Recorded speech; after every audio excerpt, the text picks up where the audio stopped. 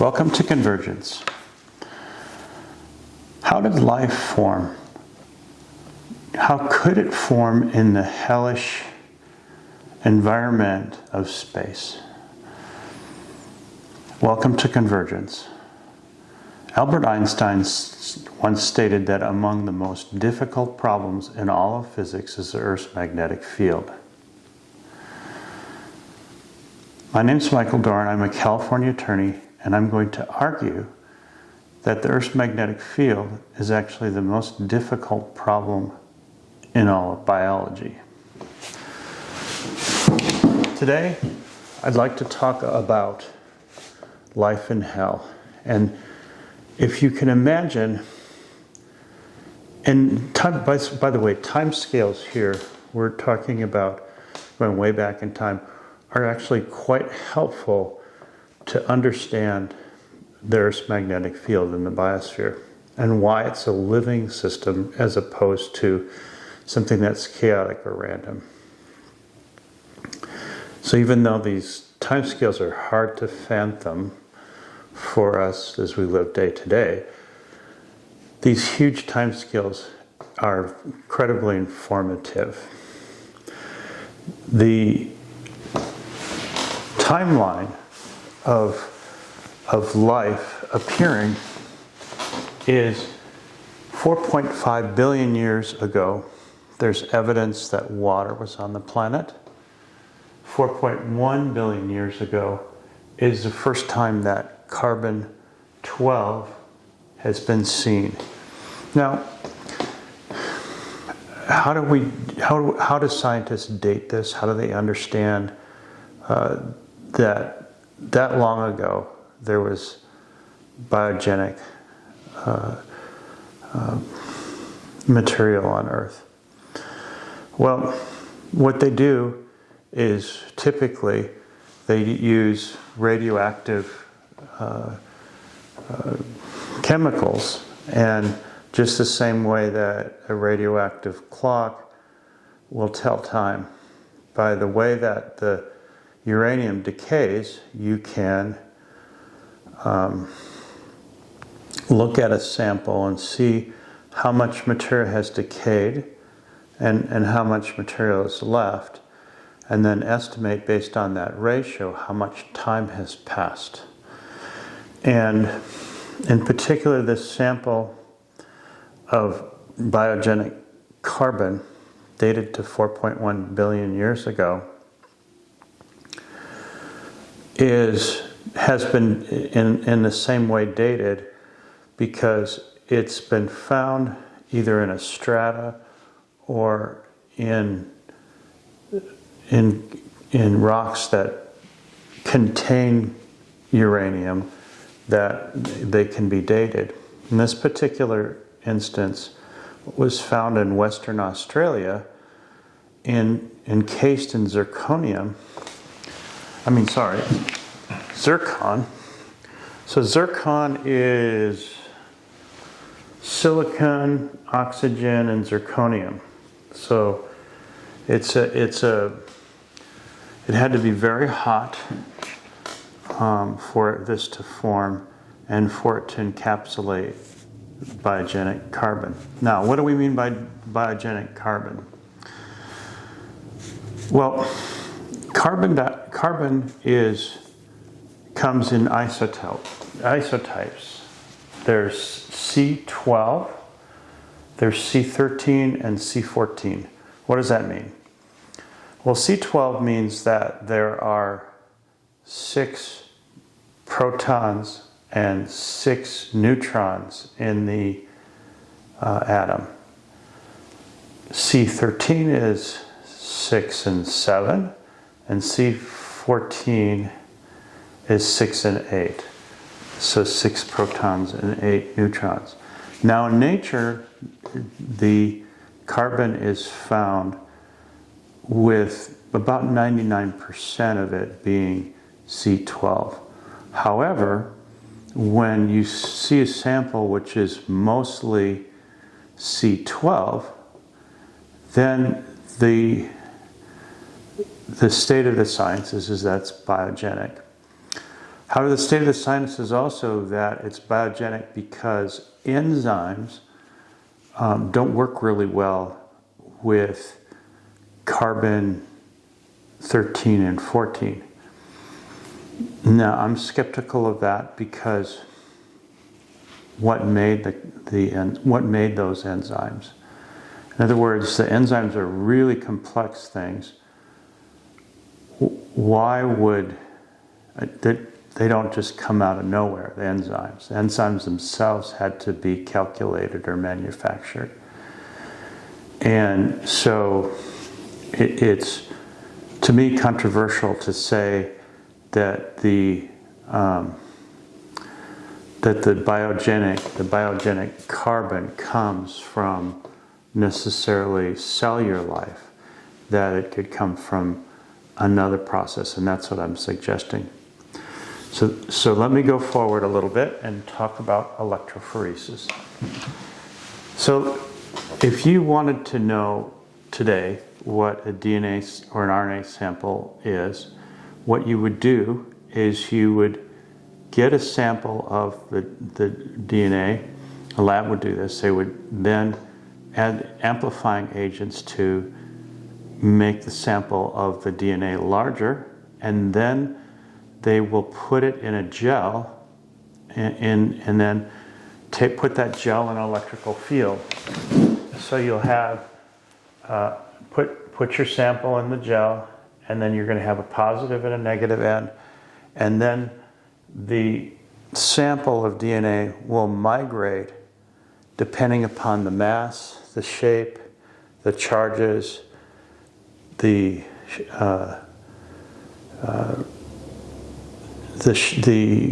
length or the size of the molecule. All those different factors will alter how the the sample will move in the gel, and then you end up getting these bands. And then part of the electrophoresis process is you add a coloring agent, and then the bands show up, and each sample then is compared and with known previous samples, and slowly there's an understanding what the sequence is of the nucleotides.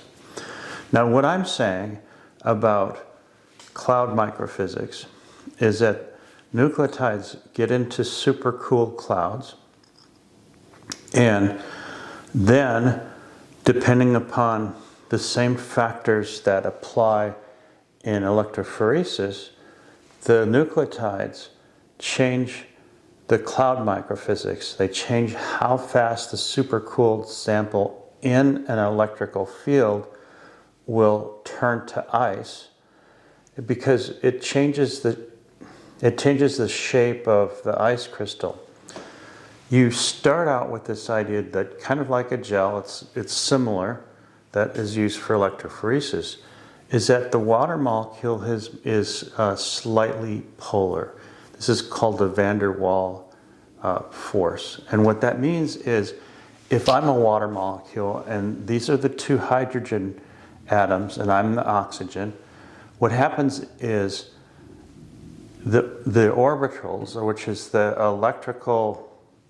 electron movement around the atoms, will be changed a little bit by the molecule. And what tends to happen is the electrons in the hydrogens move towards the oxygen a little bit.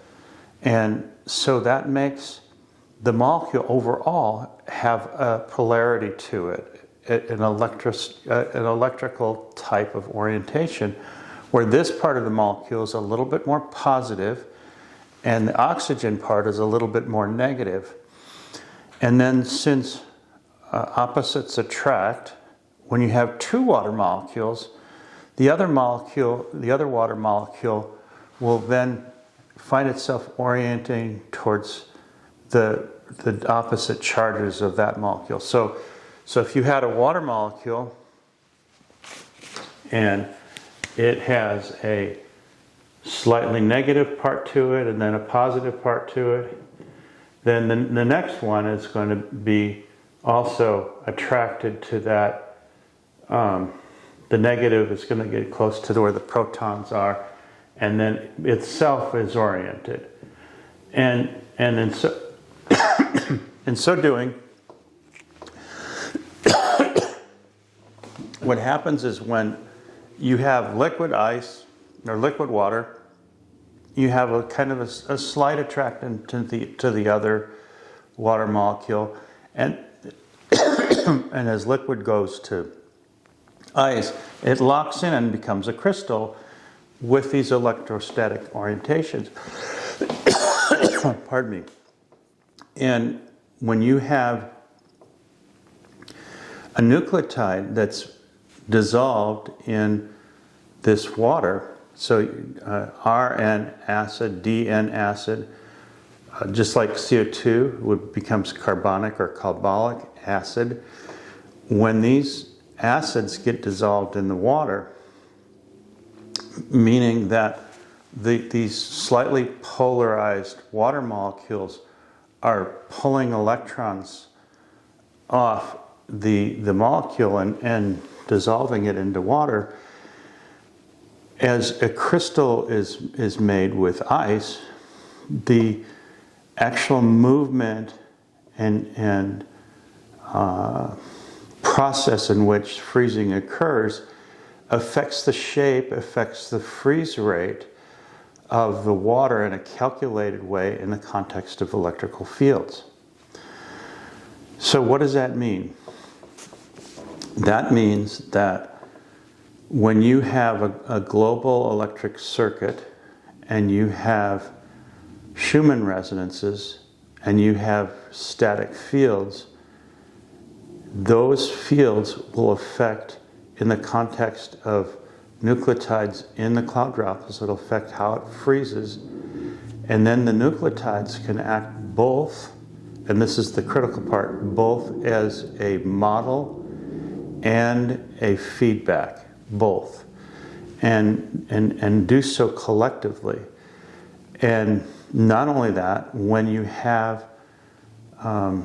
Schumann resonances that are moving through these nucleotides, the Schumann resonances can, in a quantum way, change where the electrons are in the molecules, and then if they change to where the electron is in a quantum way, then they change the protons, and then they change the hydrogens in the nucleotides, and actually actively change this freeze rate, which is in itself part of the model and the feedback.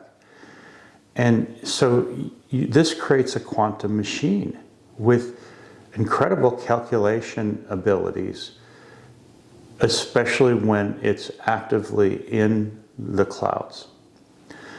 Now, if you can imagine the Earth just forming with or without an atmosphere, period. The sun itself, is, we've come to learn, it brings hydrogen molecules into the Earth's magnetic field, which captures them and combines with oxygen and makes water. And that started to happen 4.5 billion years ago. And then slowly the planet is cooling, and it's too hot on the surface for much of anything. But if there are slight areas of cooling and pooling where surface lows can remove the carbonation and the nucleotides that have gathered and then started to replicate on the surface of the Earth, the surface lows bring those up into the clouds and then affect, in a calculated way, the freeze rate, and then in a calculated way the lightning that occurs, and then the global electric circuit, and then therefore the Earth's magnetic field, which protects or captures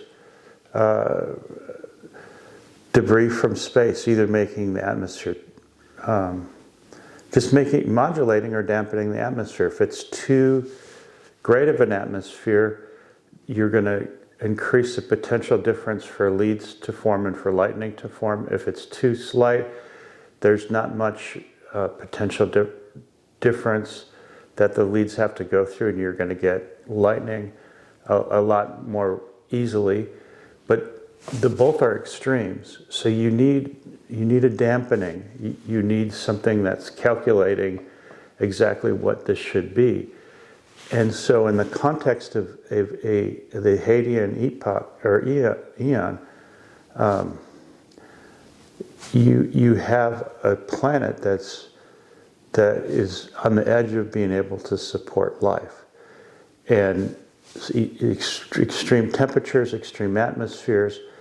That at some place along the line, life is developing massively parallel with these processes, and then becoming more complex.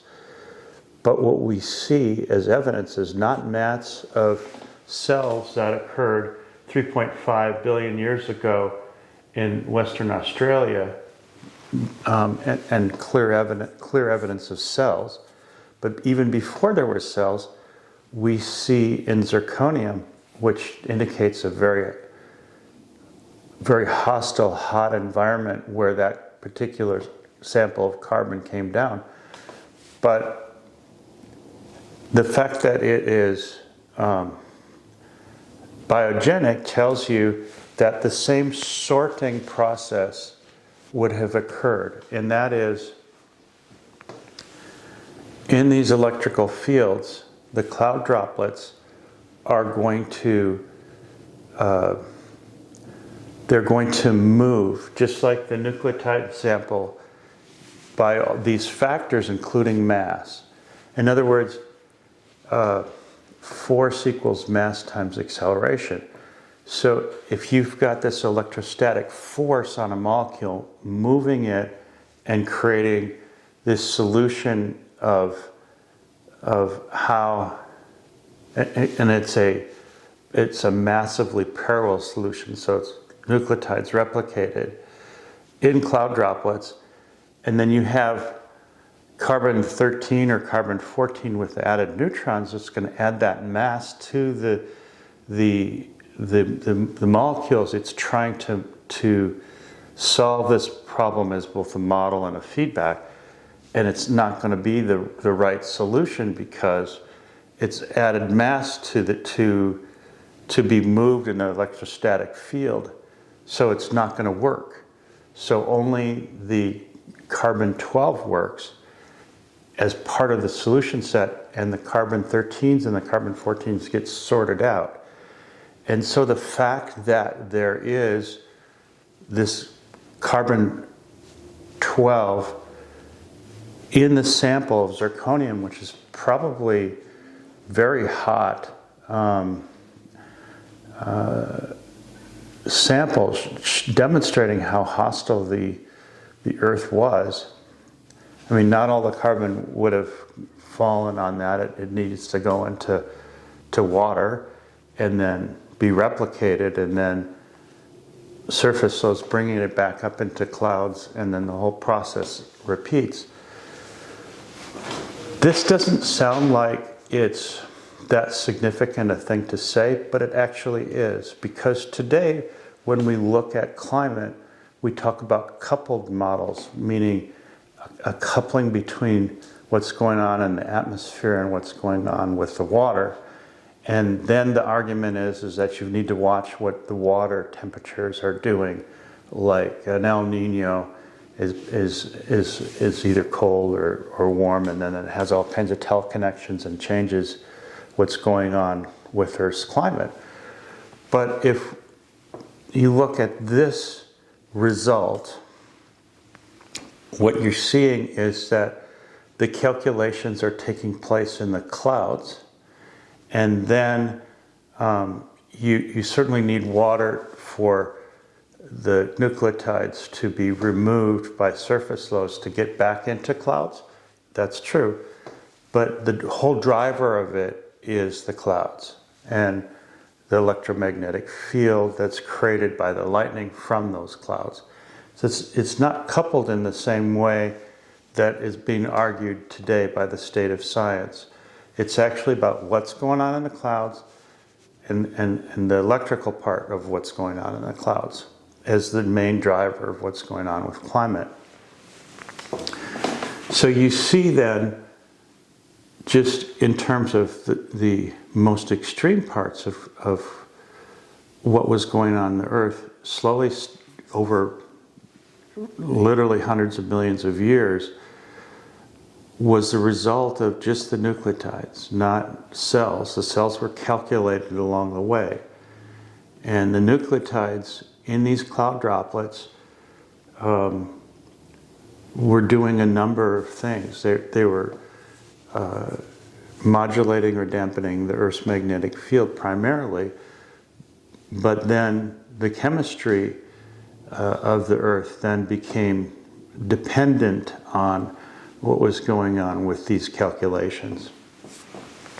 So you have these examples over time where biogenic carbon was found in Eastern Australia with the zirconium, and then about 100 million years later, Labrador, Canada, a sample was found. I don't think that was necessarily in zirconium.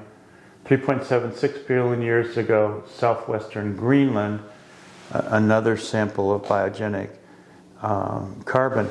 But it wasn't until 3.5 billion years that mats of bacteria in Western Australia were seen. So the cells came long after. And there's no descriptive process other than what I'm talking about in terms of nucleotides and cloud droplets that would explain this, and then explain it in terms of a quantum machine, that something so small, massively parallel, could solve the problems.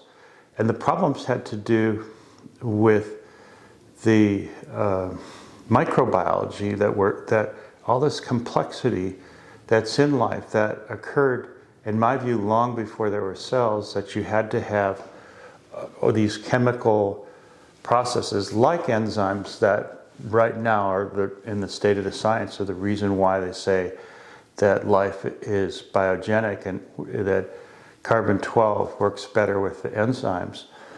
No, it has to do with the nucleotides in clouds that are supercooled, and freeze rates and the shapes, and therefore the freeze rates of those supercooled clouds in electrical fields.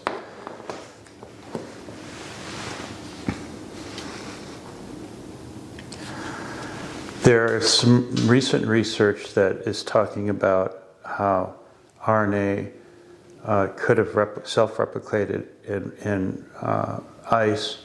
This recent research, and again, on a hellish planet, which is a lot of volcanic activity, not clear whether the surface is too hot with solar inputs for the RNA to be stable.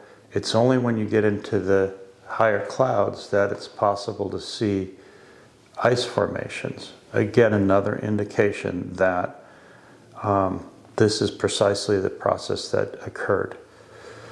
Okay, thank you for your time. Please like and subscribe, and have a good one.